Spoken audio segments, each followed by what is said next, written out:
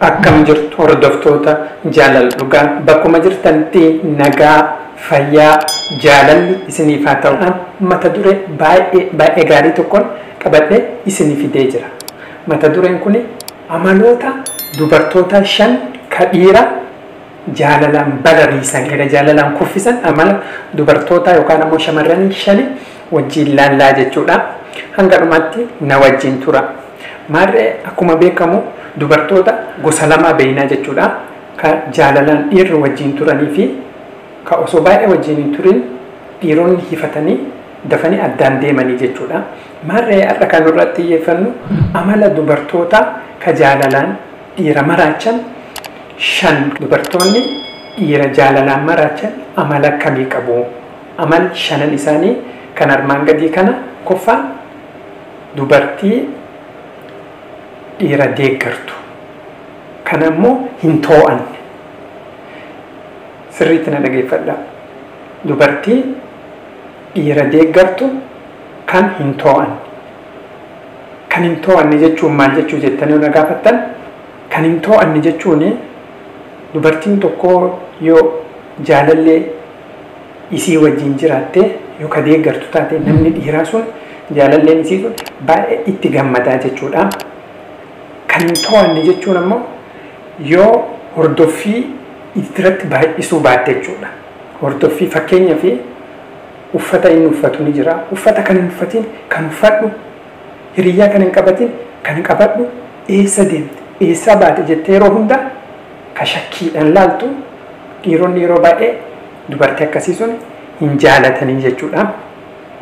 Yoo baay'ee ka deeggartu jechuudha waan inni dalagutti waan inni hojjetutti jaalala ka agarsiiftuuf ka akkasii sun irratti gammadanii. Fakkeenyaaf deeggarsa har'a dalagaa deemtee har'a bakka deemtee maal nyaattee uffata akkamii uffattee maal rakkattee jettee jaalalarraa gaafii akkasii gaafii deeggarsaa ka gaafattu barbaadan malee gaafii akka duratti isiniin jedhee sun ka too'annaa baay'ee hin jaalatan. Amaloota dubartootaa kan jaalalaan dhiira kuffisan keessaa lammaffaan dubartii yeroo isaa isin dhoorkine fedhaa jechuudha. Namni dhiiraa kana jechuun maal jechuudha? Ka durattii suni wal qabata ka yaadan deeggartu jechuudha. Yookaan ammoo kan hin too'anne jechuudha. Fakkeenyaaf jaalalleen kan kee jaalalleen dhiiraa hiriyyaa qabaachuu danda'a, maatii qabaachuu danda'a.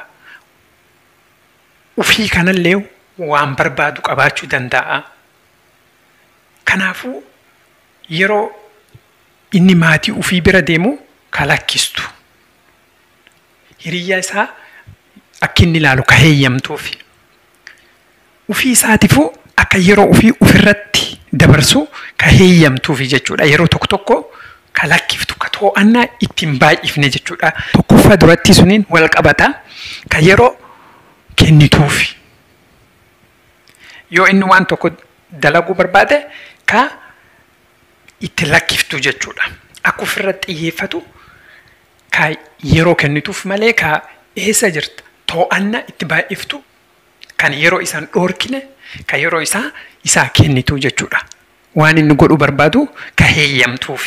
Ka akkanaa kana dubartoota akkanaa kana dhiirri ni maraatuu fi ni balali'uuf jechuudha.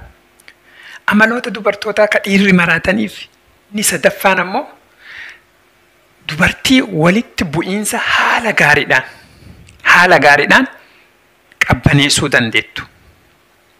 Kana jechuun maal jechuu? Dubartii maaliifini walitti bu'iinsi yeroo kamuu baduu hin danda'u. Nama dhiisii lukni lamaanuu yoo wal bira deemu wali bu'uu danda'a jechuudha. Yaada wali bu'uu danda'uun ni jiraata.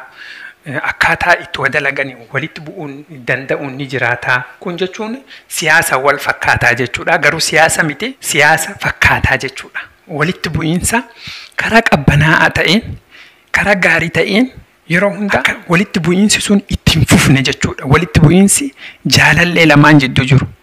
Ka dhiiraa fi dubartii jidduu jiru. Walitti bu'iinsa jaalalaa ka qabbaneessuu dandeettu dubartii akkasii suniif dhiirri ni maraatu jechuudha. Fakkeenya isinii kenna. Fakkeenyaaf yoo jaalalleen lamaan tokko wal lolan yookaan ammoo yaadarra waliin bu'an dubartii Facebook irra baatee yookaan YouTube irra baatee anarra jaalallee kee wajjin wal lole akkana jettee dubbii babal'iftee akka ajaa'ibaa kan gootu dhiirri irraa dheessan. Dubartii akkam fedhan ka waan jaalallee isiitiif isii jidduu ta'e qabbaneessite ufii qabattu. Ka waa'ee manuu fi ufii qabattu. Ka waa'ee jiruu fi ufii yaaddu. Ka waliin furmaata barbaadan dhiironni dubartii akkasii sun haala ajaa'ibaa kanaan maraatuu fi jechuudha. Kanaafuu warri shamarranii dubbii qabbaneessa malee dubbii ittiin darina ibiddatti hin bobeessina ibiddatti hin qabsiisina. Dhiironni nama dubbii qabbaneessu nama walitti bu'iinsa jaalallee isaanii keessatti ufii qabatu barbaadu jechuudha. Inni arfaffaan ammoo dubartii uf kabaju. Kana jechuun maal jechuudha? Fakkeenyaa fi jaalalleen kan kee ka dhiiraa nama farsoo dhugu ta'uu danda'a. Nama shiishaa xuuxu ta'uu danda'a. Nama araada garaagaraatiin qabame ta'uu danda'a. Yeroo inni waan ufii kana godhachuu deemu ka wajji kaatee gootu. Yoo ati wajji kaatee mana shiishaa deemte bakka inni dhugu deemte wajjiin dhuyte. Kuni sadarkaa kee dhiira biratti gad buusaa jechuudha. Akkamitti? Fakkeenyaa fi si wajjin deemee bashannanee maal jedhee yeroo irraa si quufaa jechuudha. Yookaan ammoo si hifataa jechuudha. Haala kanatti atillee wajji deemtee waan dadhabdeef yeroo xiqqoo irratti sirraa gargaleeti gara dubartii biraa deemaa jechuudha. Kanaafuu atiin sarara kan kee kaa'uufii qabda. Akkamitti uf kabaju qabda. An kanan godhu. Waan akkanaa hin jaaladhu. Ifatti lafa kaa'uufii qabdaa jechuudha. Isaa jettee waan si miidhu, isaa jettee waan hin jaalanne godhuun qabdu. Kun maal? Isa jibbuu yookaan isarraa fagaachuu osoo hin taane ufii keetii waan akkanaa kun naan ta'u. Fayyaa kiyyaaf naan ta'u. Hin jaaladhu waan hin jaalanne isaaf jettee godhuun qabdu kana uf kabajjee itti himu qabdaa. Dhiirri dubartii akkasiitiif ni maraatuu jechuudha.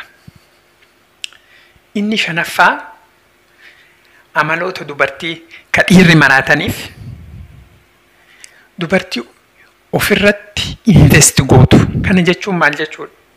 Fakkeenyaa fi yeroo hunda bilbiltee eessa jirta? Maaliif na biraan dhufne? Maaliif akkan hin goone jettee qooda jaalallee kee rakkiftu yookaan ammoo amma wanni kun hunduu walitti hidhatee jira. Tokko tokkorraa dhufa. Kunis kama dubartii kama fakkeenyaaf kama durattii ka uf kabaju jedhu suni wal qabataa jechuudha.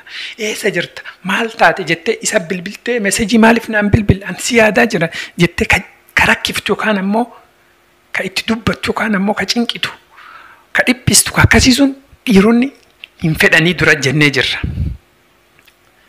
Maal gootu? Qooda akkas gootu waan ofii jaalattu fakkeenyaaf yoo nama dubbistu taate kitaaba kan kee dubbisi. Yoo ka dannastu taate daansii kan kee dannasi. Yoo nama walaloo barreessu taate walaloo kan kee barreessi. Ofirratti yeroo kan kee waan barbaadduun dabarsi. Malee itti bilbiltee ati jirta akkas jettee yoo ati yeroo hunda isarratti ka jettu taate dhiironni dubartii akkasiisuun irraa fagaatanii jechuudha. Kanaafuu ati waan kan kee yoo godhachaa deemte innillee sun irratti si jaalataa jechuudha. Si yaadaa jechuudha. Maaliif inni amma fakkeenyaaf namni wal loluu danda'a. Addaan deemuu dandeettanii yeroo isaan addaan deemtan innilleen isaa atilleen ufii jechuudha. Ka'afu si'uma qofa. Kanaafuu atiin wanni akkasiisuunilleen akka jiru beekiti. Yeroo kan kee ufii kan keetillee waan jaalattu waan barbaaddu godhuu qabda malee yeroo hunda teentee waa'ee jaalalaa yookaan waa'ee isa wajjin gootu yoo yaadde dhiironni dubartii akkasiitiif irraa dheessanii jechuudha. Kanaafuu yeroo kan kee ufii kennitee uf kabajjee yoo jette siif maraatu siif balali'u jechuudha. Amaloota dubartootaa ka dhiirri maraataniif shanan wajjin ilaallee jirraa jechuudha. Tokkoffaan ka deeggartu kan too'anne, lammaffaan ka yeroo isaan dhoorgine, sadaffaan ka walitti bu'iinsa haala gaariin qabdu, arfaffaan dubartii uf kabajju, shanaffaan dubartii ofirratti yeroo dabarsitu yookaan ammoo yeroo ofii kennitu ka of kabajuu jechuudha. Dhiironni wantoota shanan kan dubartoonni qabaannan ni maraataniif jechuudha. Maarree hordoftoota koo. Kanaan dura viidiyoo Amaloota Jaalala dhugaa 12 viidiyoo sun linkii isaa bakka description isinii kaa'aa namooti ilaalin achi ilaala. Ammoo viidiyoon kun yoo isinitti tole like godhaa. Yoo ammoo jibbitan dislike godhaa. Yoo jaalattan namoota jaalattaniif share godhaa. Ammoo yaada qabattan bakka commentii sunitti barreessaa. Maarree hordoftoota koo qophii har'aa asumarratti xumuraa. Mata duree biraa ammoo qophii taanutti yookaan viidiyoo taanutti mata duree biraa qabadhee dhufaa. Hanga siifuu nagaan naaf tura. Nagaan.